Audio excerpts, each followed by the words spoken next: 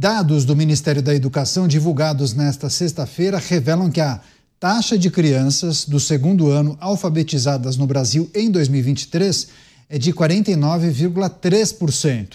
O índice negativo foi coletado através de prova federal do Sistema de Avaliação da Educação Básica, mas, no entanto, a pasta menosprezou o seu próprio exame, afirmando que a margem de erro dos dados em cada estado é muito alta.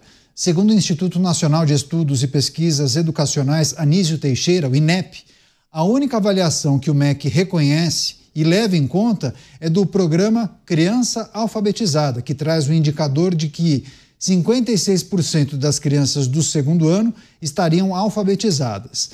De acordo com especialistas em dados educacionais que foram ouvidos pelo jornal Estado de São Paulo, a diferença de 7 pontos percentuais entre as duas avaliações é muito grande. Além disso, ele questiona o fato da educação gastar milhões de reais para coletar dados de um exame que o Ministério mesmo não confia, criticando o desperdício de dinheiro público.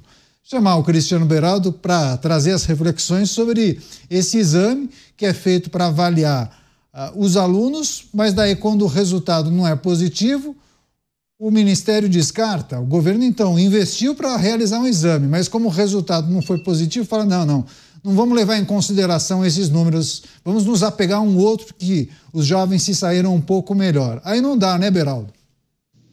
Penetra, é assustadora a cara de pau do governo, porque desde o início, com a história do IBGE+, e a presidência do IBGE sendo entregue para uma figura conhecida por essa ginástica estatística, sempre para favorecer a corrente que lhe interessa, eles estão ali transformando números que não tem nada a ver com a realidade que a população sente na pele, no dia a dia.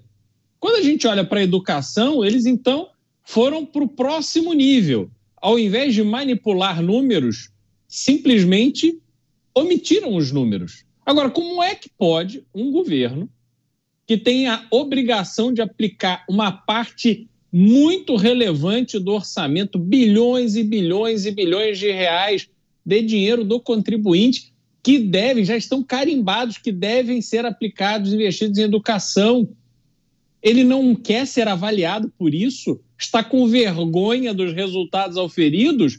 Pois bem, esta vergonha está sendo passada conforme era esperado, porque o trabalho feito em relação à educação não é para melhorar a qualidade do ensino e permitir que as novas gerações de brasileiros se desenvolvam e melhorem de vida. Ao contrário, o que está em curso é um programa de manter a população na ignorância e dar um dinheirinho, o pé de meia, lembram do pé de meia? Dá um dinheirinho que ninguém reclama, fica todo mundo burro, mas continua votando no mesmo governo. Pois é, os dados, as informações sobre a alfabetização de crianças e adolescentes, o governo realizou um exame e aí o resultado não atendeu às expectativas dos educadores, dos responsáveis pelo Ministério. E aí o MEC disse que não leva em conta o índice dessa prova, apenas de uma outra que seria mais completa. Enfim, você, Dávila,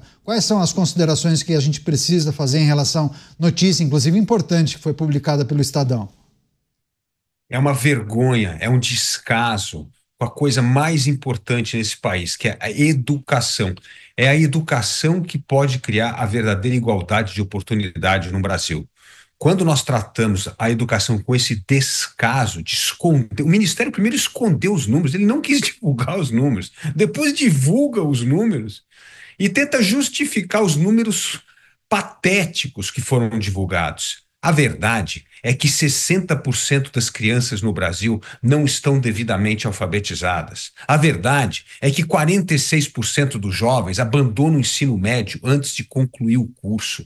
A verdade é que o governo torra 5,6% do PIB em educação e não está preocupado com a atividade fim que é o aprendizado do aluno. Ele está preocupado com a atividade meio, que é como cultivar o corporativismo da educação, que não tem nada a ver com o aprendizado do aluno, que não tem nada a ver com criar condições de igualdade de oportunidade para esses jovens poderem ascender na vida por meio da educação.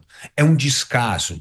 E por último, Candidato, hoje na educação existem dezenas de programas de alfabetização que são totalmente endossados no mundo inteiro, que tem um efeito extraordinário no rápido aprendizado das crianças e a plena alfabetização das crianças até os 8 anos. Nós não utilizamos a maioria desses programas, por causa dessa história de soberania, por causa dessa parte ideológica na educação, por todas as desculpas para justificar o corporativismo da educação, ao invés de justificar o esforço que nós deveríamos ter como sociedade de fazer com que todas essas crianças estejam devidamente alfabetizadas aos 8 anos de idade. Então, é uma vergonha o que esse governo vem fazendo. Agora, Beraldo, não podemos tomar susto, né? Esse é um governo que maquia qualquer número. É o do Correios, é quando tem prejuízo nas estatais. Não, eles querem justificar que houve investimento demais esse ano, Beraldo. Então é óbvio que um numerinho da educação nós vamos também dar mais uma maquiada. É inacreditável o repúdio desse governo à política baseada em dado, em evidência. É por isso que a cada dia ele cava mais fundo o buraco em que ele está entrando e levando junto com ele o Brasil. Pois é, os resultados ruins que foram obtidos por alunos do 2º ano do Fundamental, a prova, inclusive, feita em âmbito federal, e aí, naturalmente, os veículos de comunicação foram questionar o MEC a respeito. E aí o MEC disse que esse exame não é um indicador, que, na verdade, eles se utilizam de um outro exame.